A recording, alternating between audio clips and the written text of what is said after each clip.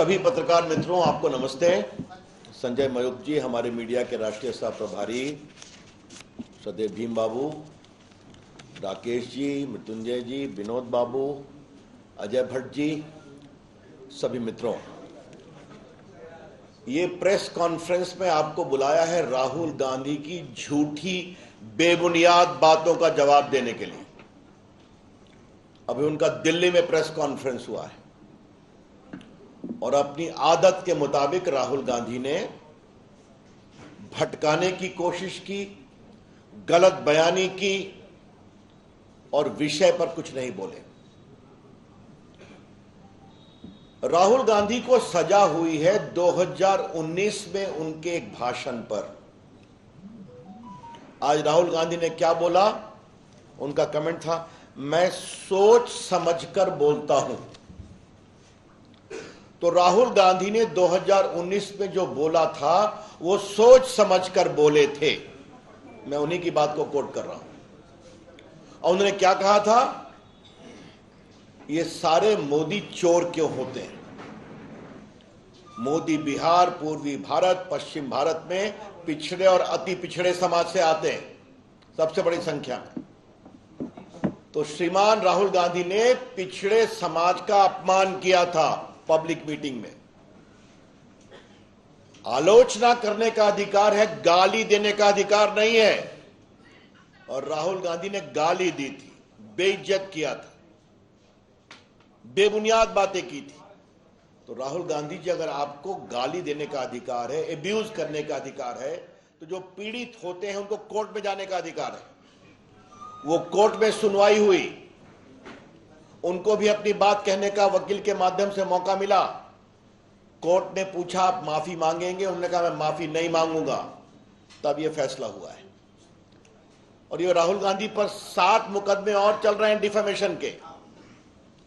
तो ये जो कहा जा रहा है उनको फंसाने की कोशिश की गई है, इसका आज की घटना अडानी प्रकरण से कोई मतलब नहीं है। 2019 में उन्होंने पिछड़ों का अपमान किया पब्लिक मीटिंग में, जिसको मोदी समाज के लोगों ने बहुत पीड़ादायक पाया। और वहां केस हुआ। पटना में भी सुशील मोदी जी ने केस किया हुआ है, वहां भी कार्रवाई चल रही है। तो यह बात मैं पहली बात कहना चाहूंगा। दूसरी बात, और यह बहुत इंपॉर्टेंट है, कि राहुल गांधी जी कुछ अगर सोच समझकर बोलते हैं तो भाजपा यह मानती है उन्होंने जानबूझकर पिछड़ों का अपमान किया है और भाजपा इसकी पूरी भर्त्सना करती। और देश भर में हम राहुल गांधी के खिलाफ पिछड़ों के अपमान के लिए जबरदस्त आंदोलन करेंगे भाजपा की ओर से, यह हम कहना चाहते हैं। अब दूसरी बात और भी गंभीर है। राहुल गांधी को सजा हुई सूरत कोर्ट में, उनके पास बड़े बड़े वकीलों की फौज है। जरा पत्रकार मित्र शांत रहें कृपया करके। बड़े बड़े वकीलों की फौज है। देश के बड़े बड़े वकील राज्यसभा में बैठे हैं कांग्रेस की ओर से। वो लोग सूरत में जाके सेशन कोर्ट में स्टे क्यों नहीं आग्रह किया? वो हाई कोर्ट क्यों नहीं गए? वो सुप्रीम कोर्ट क्यों नहीं गए? यही कांग्रेस के प्रवक्ता पवन खेड़ा का मामला था। दिल्ली हवाई अड्डे पर कुछ हुआ जहां उन्होंने कहा था मोदी तेरी खबर खुदेगी और बहुत कुछ कहा था। तो 1 घंटे में सुप्रीम कोर्ट से वो स्टे ले आए। तो कांग्रेस की वो फौज राहुल गांधी पर खामोश क्यों थी? भाजपा ये सवाल उठाना चाहती है। राहुल गांधी अकेले नहीं है, 32 लोगों को डिस्क्वालीफाई किया गया है देश भर में। उसमें 6 भाजपा के लोग भी डिस्क्वालीफाई हुए हैं, सजा हुई, डिस्क्वालीफाई हो गए। उसमें अखिलेश सिंह की पार्टी के हैं, उसमें लेफ्ट के लोग हैं, उसमें कांग्रेस के लोग हैं। बिहार में लालू प्रसाद जी डिस्क्वालीफाई हुए, जयललिता जी डिस्क्वालीफाई हुई। अभी जो मोकामा का बाई इलेक्शन हुआ था वो तो सजा के बाद ही डिस्क्वालीफाई हुए थे। जब देश का कानून है कि आपको 2 साल की सजा होगी तो आप तुरंत डिस्क्वालीफाई हो जाएंगे अगर आपके कन्विक्शन को कोर्ट स्टे नहीं करता। उसमें कोई विवेक नहीं है, सुप्रीम कोर्ट कह चुका है दिलीप थॉमस के केस में।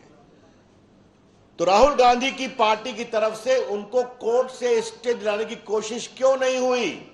भाजपा यह कोशिश करना चाहती है। क्या नाखून कटाकर शहीद होने की कोशिश कर रहे हैं?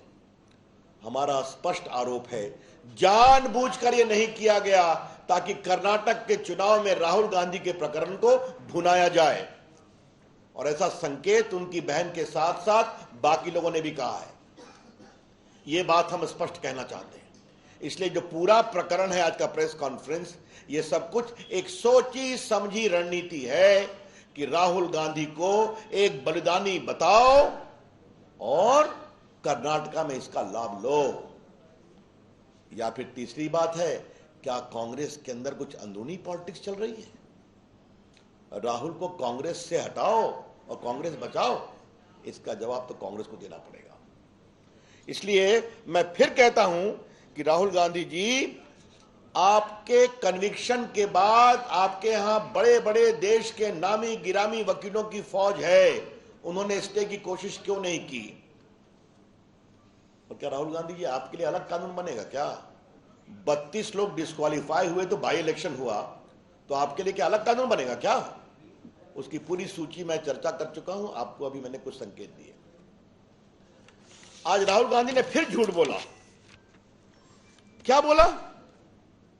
कि मैंने लंदन में कुछ नहीं कहा था। आज मैंने इस पर दिल्ली में प्रेस किया था।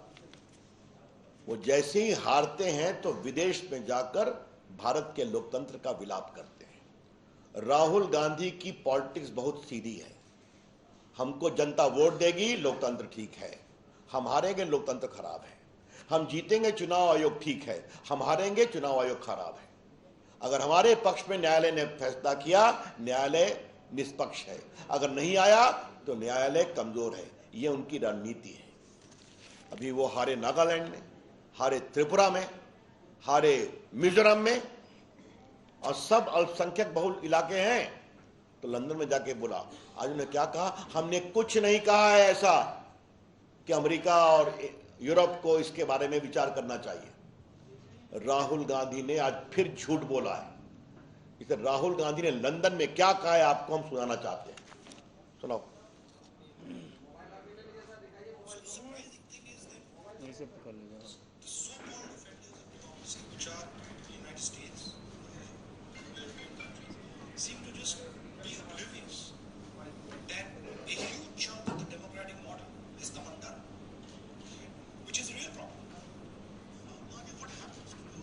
इसके बाद मेरी टिप्पणी है। मतलब क्या कहा? कि भारत में लोकतंत्र कमजोर हो रहा है, इसके लिए अमेरिका और यूरोपियन कंट्री ध्यान नहीं दे रहे हैं। यह समस्या है। ध्यान देने का मतलब क्या है? यहां हस्तक्षेप करें, यही तो हम कह रहे हैं। आज ने राहुल गांधी की टिप्पणी दिखा दिया। राहुल गांधी ने फिर झूठ बोला कि हमने ऐसा कुछ नहीं कहा था। तो झूठ बोलना राहुल गांधी की फितरत हो गई है। जब भी विदेश जाते हैं, भारत के लोकतंत्र का अपमान करना, भारत की संस्थाओं का अपमान करना, भारत के जनमत का अपमान करना उनकी आदत हो गई है। और मोदी जी पर तो वो क्या क्या नहीं बोलते हैं। मेरे पास पूरी उनकी टिप्पणी है कि वो विदेश में क्या क्या बोलते हैं। भारत राष्ट्र नहीं है, राज्यों का संघ है। और क्या हमारे लोकतंत्र पर बर्बर हमले हो रहे हैं। और क्या पुलवामा हमला कार धमाका था, आतंकवादी धमाका नहीं था। और क्या चीन की तारीफ की कि चीन ने प्रकृति के साथ विकास किया है, सद्भावना के साथ। ये सारी उनकी टिप्पणी। और क्या कहा? बालाकोट और पुलवामा का सेना सबूत दे कहा था ना, तो सेना की शहादत का सबूत राहुल गांधी मानते हैं। और चीन के अपने ट्रस्ट में पैसे लेते हैं, ये भी आप सभी जानते हैं। दिखा दीजिएगा। ये देखिए उनकी पूरी टिप्पणी सब कोर्ट पर है, कोई नई बात मैं नहीं कह रहा हूं। और याद करिए राहुल गांधी ने क्या कहा था कि हम लोग के फोन में पेगासिस लगाए, कहा था ना। तो क्या कहा? सुप्रीम कोर्ट की कार्रवाई में कहा जिस नेता को लगता है उनके फोन में पेगासिस है तो उनका फोन दे दे। तो राहुल गांधी ने अपना फोन क्यों नहीं दिया? क्योंकि फोन जाता तो फोन से क्या क्या निकलता, उसका डर था उनको। तो जब कार्रवाई की बात होगी तो कहेंगे नहीं। तो ये मुझे आपसे बात कहनी है, राहुल गांधी को शर्म नहीं आती है? करप्शन की बात करते हैं। भारत के प्रधानमंत्री नरेंद्र मोदी जी का पूरा जीवन ईमानदारी की खुली किताब है, एक धब्बा नहीं है। 9 साल से भारत के प्रधानमंत्री हैं, ईमानदारी से देश आगे बढ़ रहा है। राहुल गांधी जी भ्रष्टाचार के मामले में बेल पर है, पता है ना आप लोग को, उनको भी, और संसद में मैंने यह बात कही थी। नेशनल हेराल्ड के प्रकरण में इनकी माताजी बेल पर हैं, ये बेल पर हैं, क्योंकि मात्र कुछ लाख रुपए देकर नेशनल हेराल्ड की 5,000 करोड़ की प्रॉपर्टी दिल्ली में, पटना में, लखनऊ में, चंडीगढ़ में, मुंबई में अपने नाम कर लिया, यंग इंडिया लिमिटेड में, जिसमें 76% शेयर राहुल जी और सोनिया जी का है। बाकी स्वर्गीय जो छत्तीसगढ़ नेता थे अब स्वर्गवासी हो गए, और पूरा नेशनल का शेयर खरीद लिया। मामा कोतरोगी को किसने बचाया? राहुल गांधी जी ने, बोफोर्स में। आपकी सरकार ने बताया, क्योंकि आपके परिवार से उसका संबंध था, उसको भगाने में मदद किया, दलाली के पैसे उसको छुड़वाने में मदद किया। ये पूरा आदर्श घोटाला, पूरा आपका कॉमनवेल्थ घोटाला, पूरा एयर हेलीकॉप्टर घोटाला, पूरा आपका सबमरीन घोटाला, पूरा कोयला घोटाला, पूरा 2G राहुल गांधी जी, मनमोहन की सरकार की पूरी सरकार भरी हुई है, और आपकी सरकार में जो घोटाले हुए, और आप नरेंद्र मोदी पर कीचड़ उछालते हैं। तो राहुल गांधी जी, आप तो स्वयं बेल पर हैं भ्रष्टाचार के मामले में, और आप बात कर रहे हैं हमारे ऊपर, जबकि ईमानदारी से देश का काम चलता है। आज राहुल गांधी जी ने अडानी प्रकरण पर फिर कुछ बोला है। मैं आपको एक बात बताना चाहता हूं, लोकसभा में राष्ट्रपति के अभिभाषण पर उन्होंने ये बेबुनियाद बातें फिर कही थी, बिना सिर पैर के, बिना किसी सबूत के। वो झूठ कैसे बोले, मैंने अभी आपको उसका प्रमाण दे दिया। अडानी जी को हमको डिफेंड नहीं करना है, भाजपा कभी डिफेंड नहीं करती है, लेकिन भाजपा किसी को फंसाती हुई भी नहीं है। लेकिन आज राहुल गांधी जी अडानी पर बहुत बोले हैं, तो थोड़ा बहुत संक्षेप में कुछ बातें हम अडानी प्रकरण के बारे में राहुल गांधी के संदर्भ में बताना चाहते हैं। 2004 से किसकी सरकार थी? मनमोहन सिंह की सरकार। किसके खंबे पर खड़ी थी? राहुल गांधी के खंबे पर। 2008 में यूपीए रूल में अडानी ग्रुप ने बुनियो कोल माइन इंडोनेशिया में खरीदा था। तो क्या मनमोहन सिंह गए थे, राहुल गांधी की आप गए थे? 2010 में यूपीए रूल में कार्माइकल माइन ऑस्ट्रेलिया में अडानी ग्रुप ने खरीदा था। तो क्या मनमोहन सिंह गए थे? 2010 में यूपीए रूल में अडानी ने 1.6 बिलियन डॉलर इंडोनेशियन गवर्नमेंट में रेल और इंफ्रास्ट्रक्चर के लिए घोषणा किया था।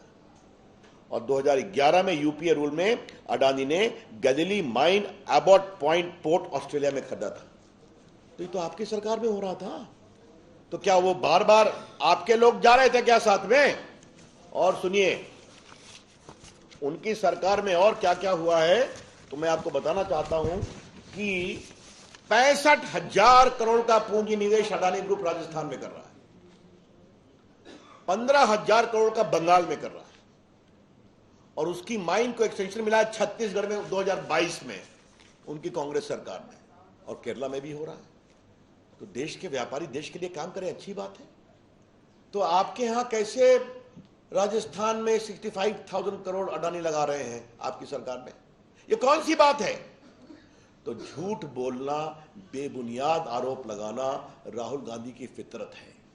याद करिए, राफेल के मामले में चौकीदार चोर कहा था ना, और बाद में सुप्रीम कोर्ट ने जब डांट लगाई तो उन्हें माफी मांगा, और 10 साल तक भारत के वायुसेना के लिए मारक हवाई जहाज वायुसेना के बार बार कहने के बावजूद नहीं दिया गया, क्योंकि कट और कमीशन नहीं मिला था। बाद में मोदी जी आए तो पहले साल में ही आज राफेल गर्जना करता हुआ भारत को सुरक्षित रख रहा है। तो ये तो सीधी सी बात है। तो कांग्रेस के बारे में मैं कहूंगा, कांग्रेस पार्टी का परिचय राहुल गांधी क्या है? 4: कट, कमीशन, करप्शन, कांग्रेस। फिर मैं रिपीट करता हूं, कांग्रेस पार्टी का 4C: cut, commission, corruption, Congress.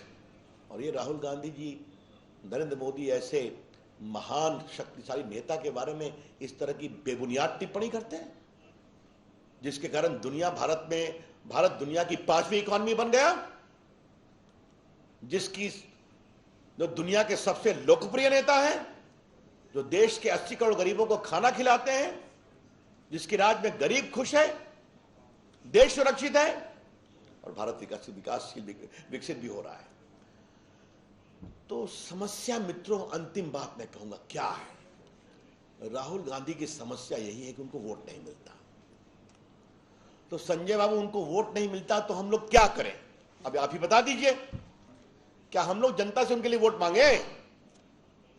बार बार जाते हैं, हार जाते हैं। मुश्किल से हिमाचल में निकल पाए, 14 हारे, 19 हारे, अभी मेघालय हारे, त्रिपुरा हारे, नागालैंड हारे, कर्नाटक भी हारेंगे और 24 में देश भी हारेंगे। राहुल गांधी ये नहीं समझते कि देश आज कांग्रेस पार्टी की नीति से उब चुका है। तो अब क्या बोलते हैं? मेरे अगले भाषण से मोदी जी डर जाएंगे। संजय बाबू पहले अपनी आंख से डराते थे ना कि हमसे आंख नहीं मिलाएंगे मोदी जी, याद है ना? तो हमने कहा हमारे नेता मोदी जी को छोड़ दीजिए, राहुल गांधी जी संसद में हम लोग भी बैठते हैं, हम लोग से आंख मिला लीजिए, जरा हम ही आपका जवाब दे दें। तो आंख तो मिलती नहीं। अब मोदी जी कह रहे हैं मोदी जी मेरे अगले भाषण से डर जाएंगे। क्या क्या बातें। आज फिर उन्होंने श्रीलंका की बात कही है। श्रीलंका ने पूरे अडानी प्रकरण पर जवाब दे दिया। मेरे पास सारे उनके ट्वीट्स हैं राष्ट्रपति के, सबके। ये बिल्कुल गलत बात है। तो झूठ बोलना, बेबुनियाद आरोप लगाना, बस एक ही है कि हमारे पिताजी प्रधानमंत्री, हमारी दादी जी प्रधानमंत्री, हमारे परदादा जी प्रधानमंत्री और भारत के प्रधानमंत्री का एकमात्र पट्टा तो भगवान ने मेरे लिए दिया है। जनता में वोट क्यों नहीं देती? समस्या यही है। तो राहुल गांधी जी, आपको वोट और नहीं मिलेगा। इस तरह की बेबुनियाद बात करना बंद करिए। अंत में यही कहूंगा, राहुल गांधी ने देश के पिछड़ों का अपमान किया है और आज फिर कहा जानबूझकर वो बोलते हैं, सोच समझकर बोलते हैं। तो मतलब सोच समझकर देश के पिछड़ों का अपमान किया है। भारतीय जनता पार्टी इसको बहुत ही गंभीर विषय बनाएगी और देश में इसका विरोध करेगी। धन्यवाद। I am open two questions now.